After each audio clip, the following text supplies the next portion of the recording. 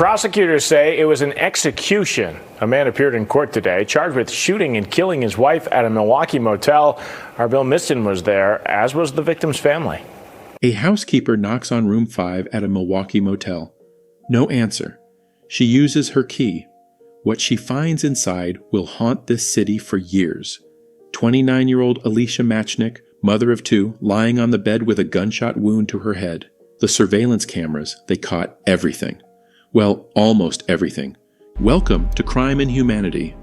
Every crime is a human act, shaped by choice, circumstance, and consequence. Crime and humanity are deeply intertwined, and here we explore real cases by looking beyond the act itself, focusing on the people involved and the lives forever changed. We don't just examine crime. Subscribe and turn on notifications as we examine what it reveals about being human. Alicia Renee Machnik was 29 years old, a mother, a daughter, a sister. She had 2 children, Molina and Yaki, who depended on her for everything.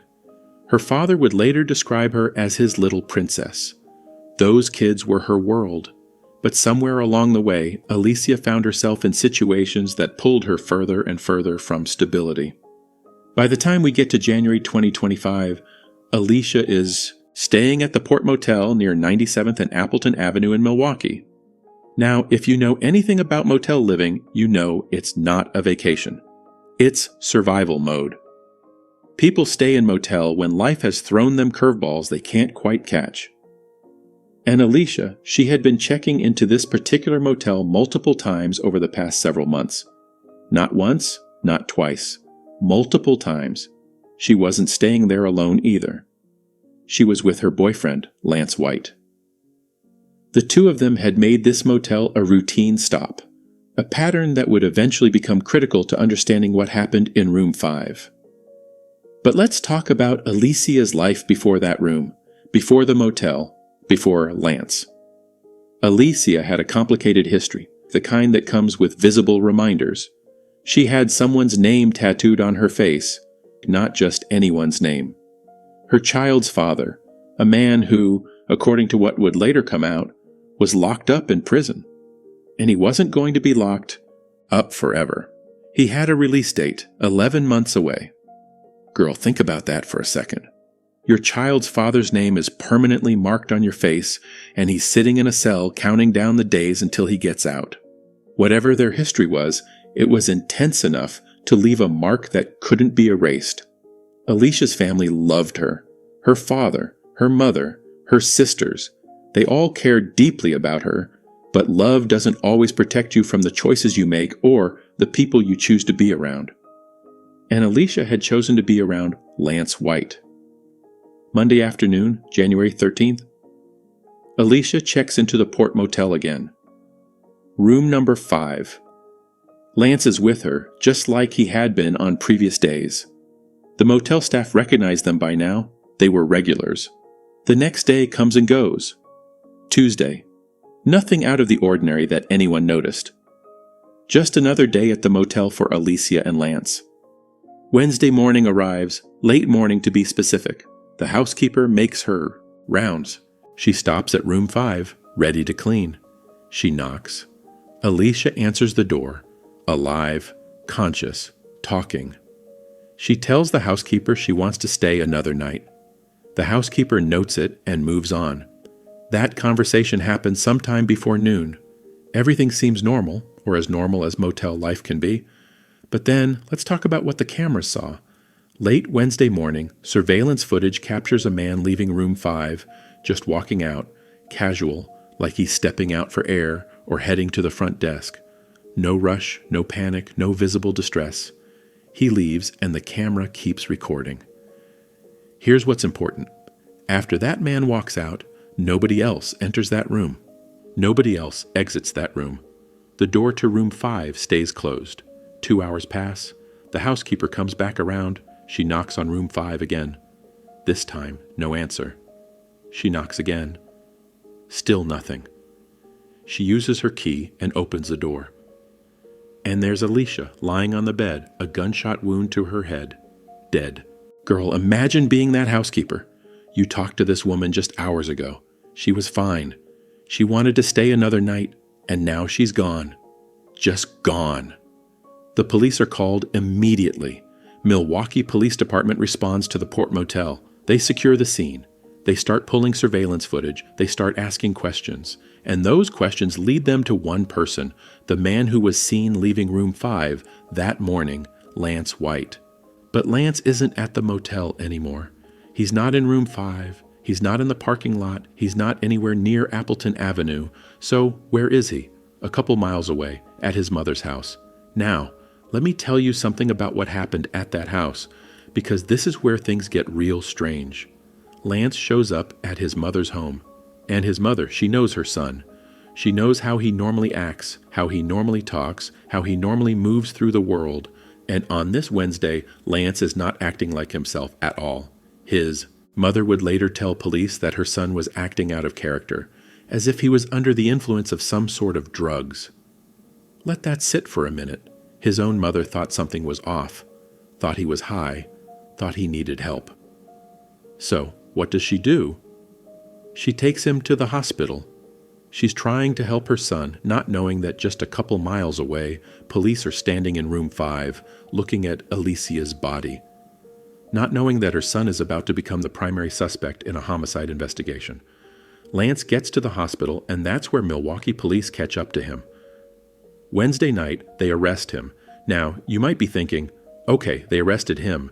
He's caught. Case closed. But how did we get here? What happened in that room between the time Alicia spoke to the housekeeper and the time that man walked out on camera? That's the question everyone wanted answered. And Lance White, he had a story to tell. So Lance White is in police custody. He's at the hospital. Detectives are ready to talk. And what comes out of his mouth? Lance starts talking. And he doesn't just talk, he confesses. A graphic, detailed confession that gets documented in the criminal complaint that would later be filed against him. According to what Lance told investigators, he and Alicia were in that motel room together getting high, both of them using drugs together in room 5 while the rest of the world moved on outside those walls. And then, according to Lance, Alicia said something to him, something that would change everything. Lance claims Alicia told him that her child's father was getting out of prison in 11 months. Remember that name tattooed on her face? That man. He was coming home. And according to what Lance says, Alicia said, this man was going to kill them both when he got out. So what does Alicia allegedly do? According to Lance's version, she tells him to shoot her right there on the spot. His exact words to police. She told him to shoot her at the spot. His name is tattooed on her face. Make it make sense. 29-year-old mother of 2 who just hours earlier told the housekeeper she wanted to stay another night suddenly asks her boyfriend to end her life because of a man getting out of prison. Almost a year from now. But Lance's story continues. He says he shot her in the head, once one single gunshot that ended Alicia's life while she lay on that motel bed, and then he left. According to his confession, Lance walked out of that room in shock. That man the cameras caught leaving room 5 late Wednesday morning. Lance identified himself as that person in the surveillance image. No denying it. That was him. He left Alicia there alone, dead. And he walked away like he was stepping out for coffee. But Lance wasn't done covering his tracks. He had a gun to deal with. The weapon that killed Alicia couldn't stay with him. So what does he do? He gets rid of it, tosses it down a sewer. Gone. Disposed of like it was nothing, like it hadn't just taken a mother away from her children. Then he goes to his mama's house, acting strange enough that she notices something is seriously wrong with her son. Now, let's be real for a second. This whole story Lance is telling, it's asking us to believe that Alicia, a woman with 2 young kids who needed her, asked to die because of a threat that was nearly a year away. That she wanted her boyfriend to pull the trigger right there in a motel room where they'd stayed multiple times before. The criminal complaint lays it all out. The prosecutors charged Lance White with first-degree intentional homicide, not second-degree, not manslaughter. First-degree intentional homicide. That charge means one thing. They believe Lance deliberately, purposefully killed Alicia Machnik. The investigation moved fast once they had Lance in custody.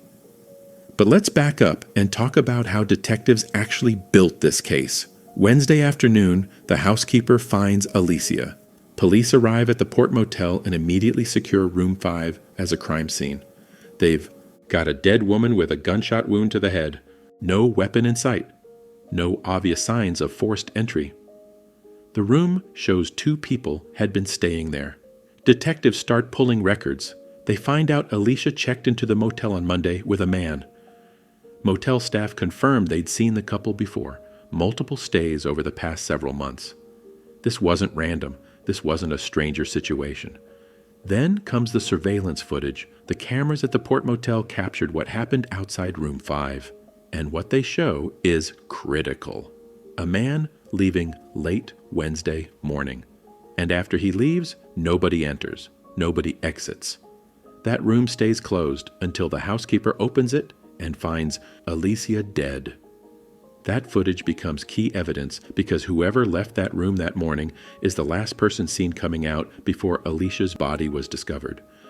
Detectives start running down leads. Who was the man with Alicia? Where did he go?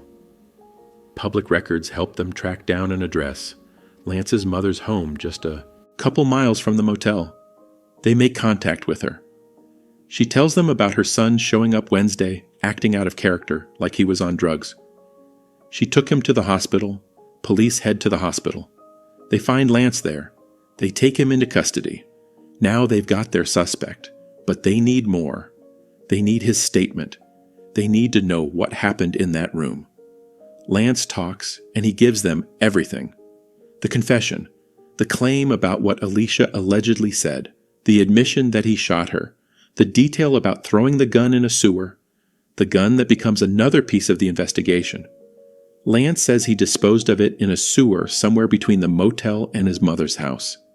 Detectives would have to search for it, but even without the weapon, they had Lance's confession. They had the surveillance footage. They had the timeline. The medical examiner confirms what everyone already knew. Alicia died from a gunshot wound to the head.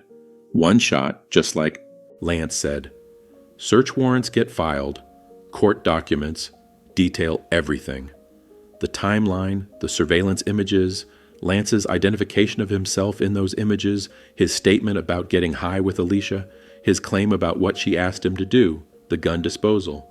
It's all documented, all recorded, all part of building the case against Lance White.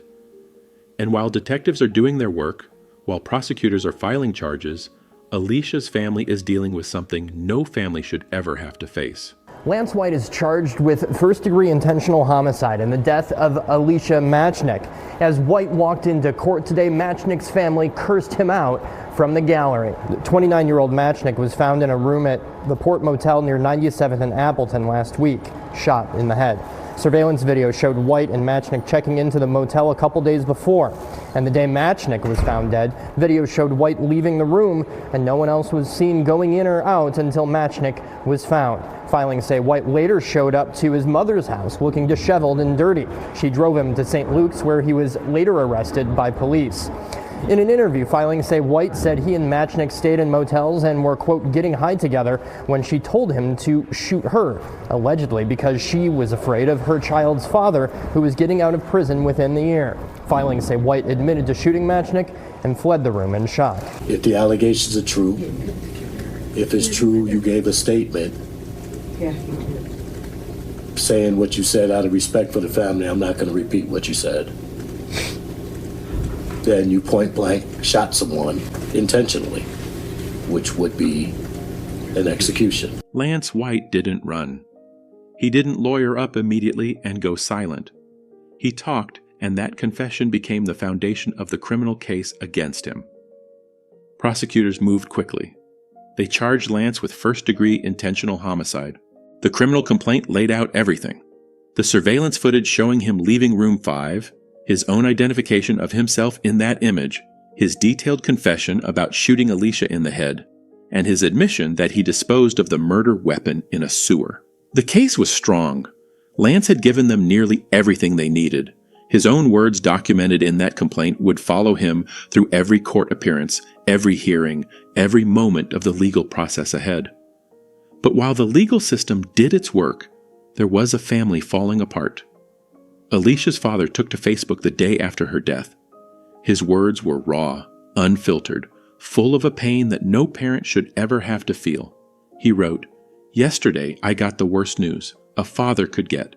My daughter Alicia Machnik was fatally shot by her ex-boyfriend. She was loved by her sisters, her mom, and her 2 kids, Melina and Jockey. The piece of Siangd that did this is on the run and needs to be caught and put in prison to rot. My family hearts are so broken. R.I.P. my little princess. His little princess. That's what she was to him. And now she was gone." 2 children, Melina and Jockey, woke up one day with a mother and went to bed without one. Just like that. No warning, no goodbye, just gone. And they'll grow up with questions that might never have satisfying answers. Why did this happen? Could it have been prevented? Who's going to take care of them now? Alicia's family started a GoFundMe to help support those 2 kids and to seek justice because justice costs money. Funerals cost money. Raising children costs money. And Alicia's family was left picking up pieces they never asked to hold. Let me tell you something about what was happening in Milwaukee around the time Alicia died. By January 2025, at least 6 people had already been killed in the city. Domestic violence victim advocates said about half of those deaths were domestic violence related. Half. That means in the first few weeks of the year, Milwaukee was already losing people to violence that happens behind closed doors, in motel rooms, in homes where love is supposed to live. Alicia's case became another number in that count, another face, another mother, another daughter who won't come home. And here's what gets me about this whole thing. Alicia had been staying at that motel with Lance multiple times over several months. Multiple times, which means there were opportunities. Chances for someone to see something, chances for intervention, chances for Alicia to get away from whatever was happening between them. But those chances came and went. And on a Wednesday morning in January, time ran out. The motel housekeeper will probably never forget knocking on room 5. The surveillance cameras captured a moment that can't be undone. Lance's mother will always remember her son showing up acting strange that day. And Alicia's father will always remember his little princess. This case sits in that uncomfortable space where we have to ask ourselves hard questions. Questions about how we spot danger before it's too late. Questions about what happens when people are struggling with substance abuse and unstable housing and complicated relationships all at the same time. Questions about whether Alicia had people around her who knew she needed help but didn't know how to reach her. And we have to sit with the fact that Lance White's explanation, his claim that Alicia asked to die, doesn't erase what happened. Even if we believed every word of his story, which many people don't, a woman is still dead. 2 children are still without their mother. A family is still shattered. Alicia Machnik was 29 years old. She was somebody's daughter, somebody's sister, somebody's mother. She had a whole life ahead of her. And it ended in room 5 of a Milwaukee motel with a single gunshot. That's the story. That's what happened. And Melina and Jockey will have to live with that truth for the rest of their lives. If this case hit you the way it hit me, if you're sitting there thinking about Alicia and her babies, do me a favor.